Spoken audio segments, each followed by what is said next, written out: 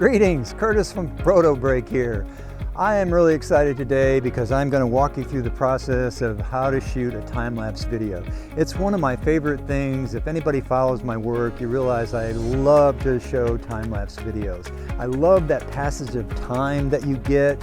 You see the clouds rushing through or people walking in cities. It's just a really cool way of showing time, and it's fairly simple to do. There's three common ways of shooting a time-lapse video. One of the easiest is actually just to shoot a very long video and then using software, speeding it up. The downside to that is you're now storing all these longer videos. The plus side is you also are capturing the sound, so you can speed it up, but then you can also slow it down. So there are pluses and minuses to that, and sometimes I will use that technique. The second, it's a little bit more complicated, but a lot of people like the control that they get, is they just shoot still images and stack those up with software. Again, whether it's Premiere, DaVinci, whatever your favorite video editing software is, and then you get this time-lapse video.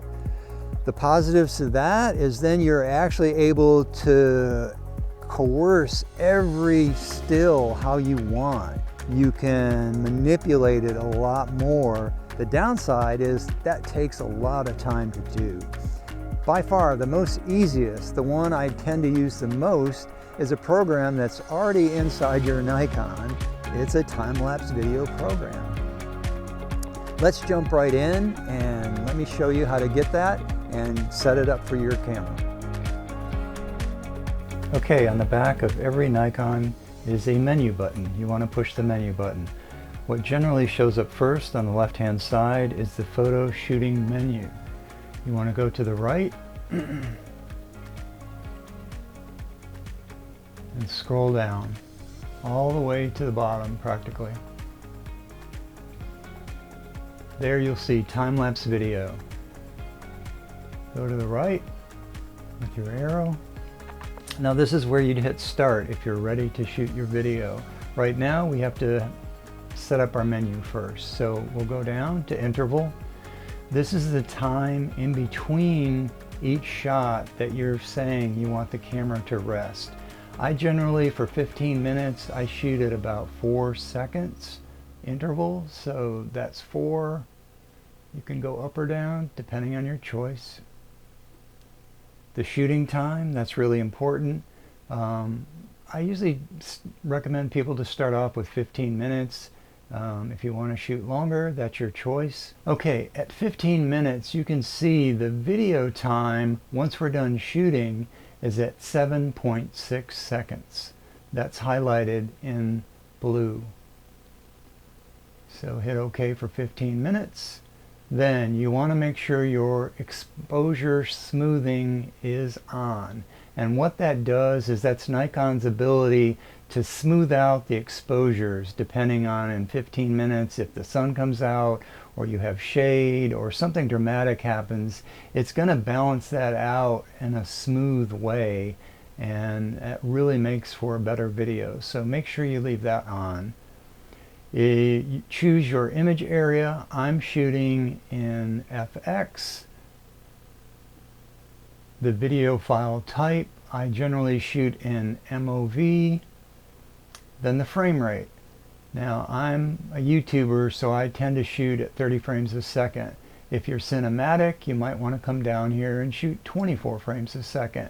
You'll see if I choose 24 frames a second, that's going to change our video time now. In 15 minutes, instead of 6 seconds, we're going to get 9.5 seconds of video.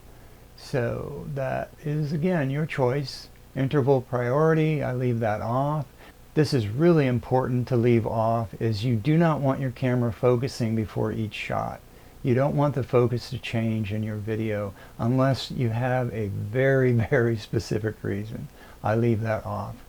The next and final choice is your destination, and that's just where you want your video to end up.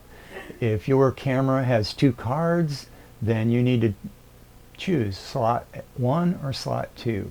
I'm going to leave mine on slot 2. that's basically it.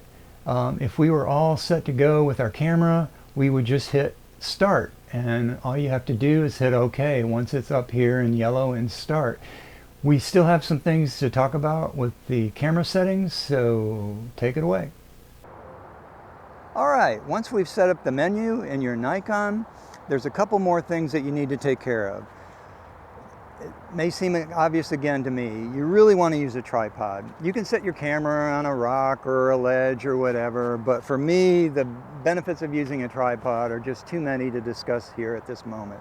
The next thing you're going to really need, and I find it extremely important, especially when you're shooting skies like behind me, is you want to balance that sky to the foreground. With still photography, you can get away with coaxing each image out in post, but with this video, you want it to be as close to perfect as you can possibly get. And that leads me to what I really always carry with me, are filters. I use a graduated neutral density filter, and one of my favorites is this Case, K-A-S-E, and the advantage to that is it just snaps right on your camera magnetically. If you want a little bit more control, I use a rectangular filter, and this one is made from Lee. And the advantages here is you can slide that horizon line to where you are in your composition. This really gives you a lot more control. It's a little bit more time to set up, and it's a little bulkier. So I find myself using the Case system regularly. Again, probably 8 times out of 10. What you want to also understand when you're shooting a time-lapse video, you're actually taking a still photo, like I said before. You want to set your camera up for taking still photos, not video. You won't be able to use that program unless you set your camera on still photography. There are a few things that are really important. One is you want to pre-focus and set your focus to manual. You don't want that focus to creep during your time-lapse video. Another thing that really is important is you want to test your exposure. So I generally shoot everything in manual except when it comes to time-lapse video. Then I'm going to let my Nikon change the exposure depending on the scene. If I'm taking a 30-minute time-lapse, chances are during that 30 minutes the exposure is going to change. And without any way of knowing what that is, the easiest way is to let the camera do the work. As I said in your menu setup, Nikon has a great ramping system to really ease that exposure in and out so you don't get these abrupt changes.